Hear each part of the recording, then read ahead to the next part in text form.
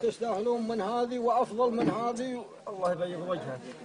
وانتم ربعنا الجلعيد الله يطول عمرك. الشميره طال عمرك وتستاهلون وفعايلكم كذلك. ما عليك زود.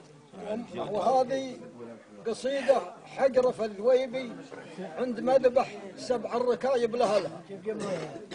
خوي قال له حقرف بن عياد قال يقول ابن عياد وانبات ليله رزقي على اللي ما طحاص فضايله. قال الذويبي والذويبي حقرف مثايل من لبت القلب قايله ماني ولد هدري اللي قلت سيله حرق به البيت وضاقت محايله.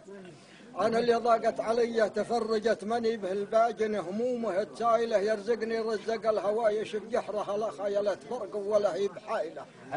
يا رزق غيري يا ما يجيني ورزقي يجي لو كل حيني حايله لاني على رزقي بخيل الغير اللي جوها جافه معتلين الرحايله.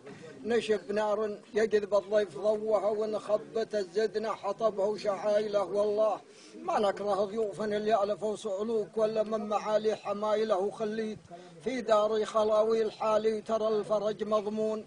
والله قايله ذبحت انا 7 الركايب لهلها بحجة عي على الزاد كايله.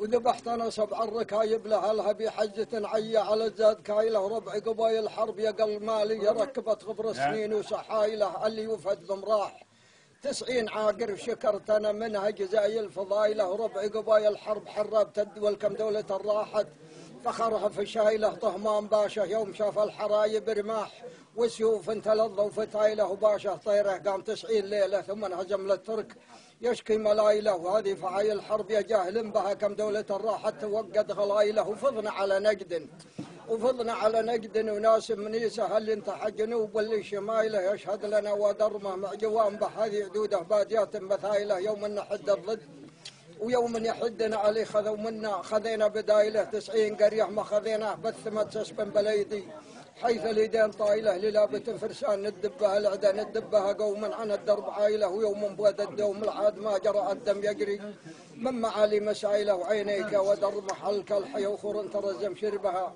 من ثمايله. ترعى بمان وتنبى زيت جدمها السيف باليمنى وبها الغيظ شايله. وسلامة المستمعين. صح لسانك وجهك. الريم والحرب. ونعم الله يطول عمرك.